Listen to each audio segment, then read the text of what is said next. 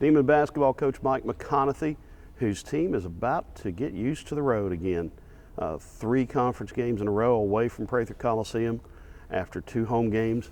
And the last 20 minutes of play on Monday night may be the most encouraging 20 minutes perhaps of the season. Although didn't result in a win, you may have seen some things that you needed to see from your team in the second half Monday night against Sam Houston. You know, I don't think there's any doubt of that. I mean, Sam Houston had an exceptional game. One of the reasons they had an exceptional game, we allowed them to do some things in the first half. They were 10 for 19 from the three-point line. It's kind of hard to, argue that they were very successful. But why were they 10 for 19 there? Because they were shooting unguarded shots. We were always in reactionary mode rather than us being aggressive, doing some things. The second half, we kind of got back to old Demon basketball and extended the floor. Created some problems for them. We only have 5 second half turnovers. They have, I think, 11 or 12 turnovers, 11 or 12, something like that, turnovers in the second half. Why? Because we made them do some things that they weren't comfortable doing. Some people would say, well, it's the responsibility of the coaching staff to know. That's true. And we figured that out during the course of the game that we had to do that. And we adjusted something offensively that really made a difference for us, and we just got free-flowing attack.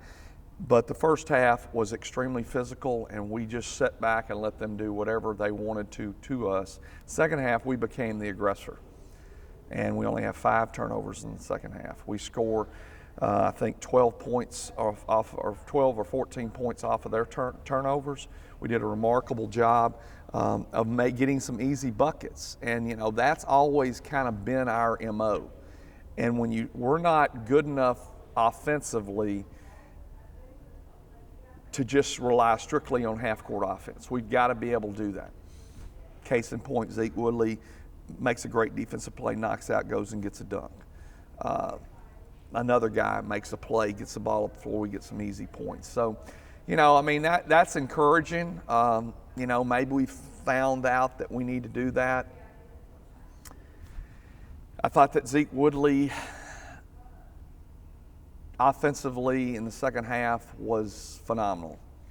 And he finally said, I'm not going to be beat up anymore. I'm going to go and I'm going to be aggressive. He didn't tell me that, but he did that. And he was 11 for 15. He missed 2 three-pointers. He missed 2 shots, 2-pointers. I mean, that's remarkable. He wasn't his normal accurate free throw shooting, 90-something% or 80-something%, but, he will get back to that. Devontae Hall and Sabri Thompson offensively had pretty effective games. Turnovers a little bit high, in those areas, but I was really pleased with that. So I think that we have identified some things that we've got to do. I thought Levi Yancey gave us some good minutes, and he was active and aggressive. Can be more, but was in an area on the floor where he can move and utilize his ability to be mobile. Trayvon Joseph did some better things in the second half. He's only been back 3 games. It sounds like I'm making excuses. No, I'm saying we're getting there. And, we have to realize, of course, the conference tournament is not what it used to be. And there's 16 more conference games. Sure, you're still trying to get a title. It's not over. And some people would say, well, Coach, you're 0-2. Well, we were, I think, 1-3 2 years ago. Last year we may have been 2-2. 1-1, start off 1-1, but then we struggled a little bit, and then we got things going. So it's a marathon, not a sprint. Now, granted, if you continue going along the way, it becomes a sprint. But we've got to work to get better. We only got beat on the boards by 2. We had one more turnover than an opponent. When you go look at the box, you shoot 50% from the floor. I mean, our free throw percentage was 64, which that's not very good for this team. There'd be some teams that, you'd be excited about that. So, I mean, we just got to identify, we got to figure out where we are. And, and I know that the general public says, well, Coach, by now you ought to have figured it out. We hadn't had this whole team yet. Last night was the first time that we had everybody to play. No, it wasn't, because Devontae didn't play on Saturday. So the next game will be the first time we've had everybody in place for 2 games in a row in this year. And Colby Kuntz still isn't part of the Still part of the team. You're not making excuses. You're trying to figure it out. And the problem is, it's like you're playing chess, and I don't play chess because I'm not smart enough to play chess. But you've got to constantly be moving pieces, and it's been unbelievable. Sam Houston has tremendous numbers of players out, but once they lost theirs, they've had their people, and they are playing unbelievable basketball. In fact, I would say that Jason Hooten and Sam Houston has benefited from the loss of their 2 really, really good players, because they are really clicking on all cylinders and doing a phenomenal job, not relying on their best players. They've all stepped up and done an unbelievable job of coaching, unbelievable job of buying into what Coach Hooten wants to do. Though I can't say enough about what they did good. But I'm not disheartened, because we made progress, and I'm hopeful that we will continue to make progress. You said buying in, and in the second half, your team bought in, and you saw that play with reckless abandon, that selflessness that have been trademarks of your best teams. Talk about where that attitude shifted into the gear that you've been looking for. Well, we finally, for the first time, had a player say, I refuse for them just to do whatever, and that was Sabree Thompson. I mean, he kept trying to encourage and encourage and encourage. It's the first time we've had anybody do that for an extended period of time, but he did it in a way that wasn't condescending. He did it in a way that was, let's go, would you get on the train with me, and would you follow me? That's what I felt. Whereas sometimes it's a player will say, well, we got to do this, but it's in a manner in which, well, you know, I'm doing this, where are the rest of y'all? No, he said, would y'all all get on the train with me? Not in those words. But that's what I felt. And I mean, we made runs, and then we made a couple turnovers. We cut it to 10 a couple times, I believe. And then we make 2 back-to-back turnovers. They get easy buckets. And then, you know, it was pretty much in a situation where we couldn't recover after that point. Yeah. Now let's look ahead. Obviously, you hope you can sustain that second half all-out abandon and carry that forward. You go on a 3-game road trip out to Texas, the longest road trip of the year in conference play, going to Incarnate Word, going to Abilene Christian this upcoming weekend and next Tuesday. Talk about the challenge of a road trip, or the benefit of a road trip at this point in time. See, I don't see a road trip as a challenge. I see it as a benefit. I don't like the fact that Incarnate Word played at home and they've got a full week off to prepare for us, and we're traveling, but that's just the way the cookie crumbles. But I would say that it allows us to know where we're headed and be together. Sunday we'll be able to go to church together, then we'll go the next game. We went to church this past week, learning one another, getting better, understanding what our purpose is. One of the problems of being at home during the holiday break is there's too much downtime.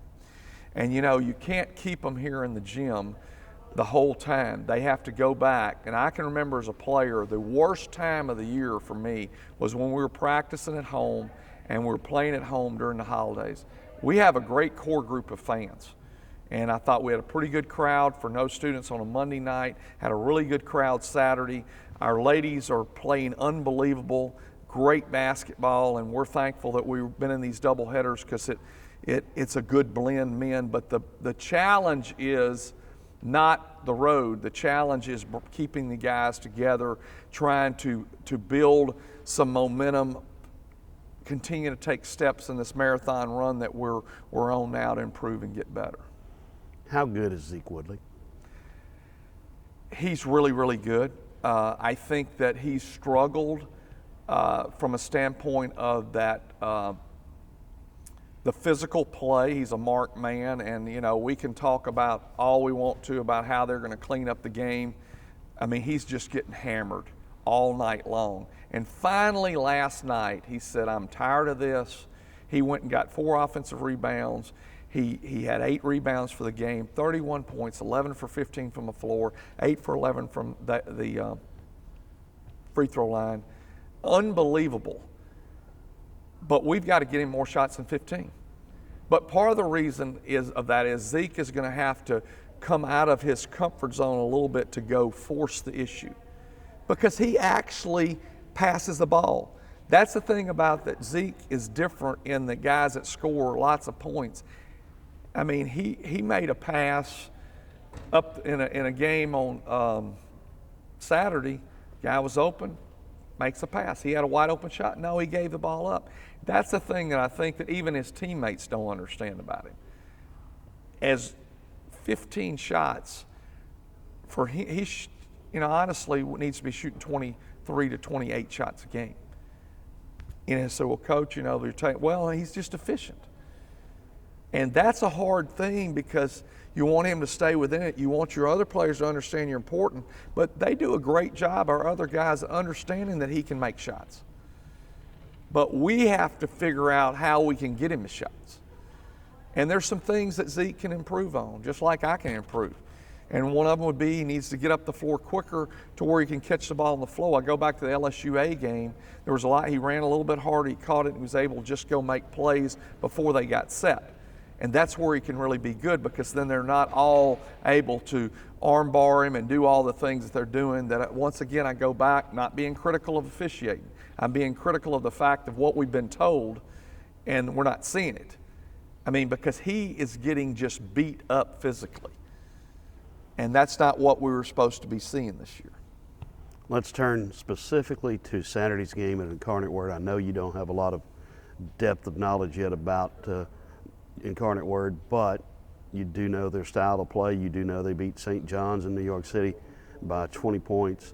And they have had their ups and downs this year, but certainly a challenge to go into the smallest gym in the Southland Conference against a quality basketball program. It is a challenge because the fact, one, they really shoot the ball extremely well, and they're going to set about 60 to 80 ball screens during the course of the game. So we have to be prepared to guard that much better than we guarded it last night. So we've got to make adjustments as coach and staff and do the things. They, like I say, shoot it. They're a different team than Sam Houston in that they're not going to get up in you, but they're going to play sound defensive philosophy, be in the places they're supposed to be, stay in front of people, make you beat them over the top. But offensively, if you don't contest them, it'll be the third team in a row that's shot 50+% from the three-point line, because they can just really, really score. And then next Tuesday night, you go to Abilene, a team that came in here and bombed three-pointers on us last year, has one of the more explosive players in the conference in Parker Wentz, in a place that's obviously out there in West Texas. We've never been in before. So that's a tough deal. This is one of those things you wonder why things happening.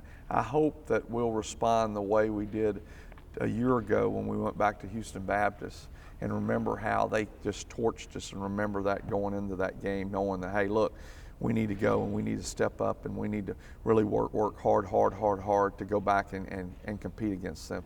They do a wonderful job as well. There's not any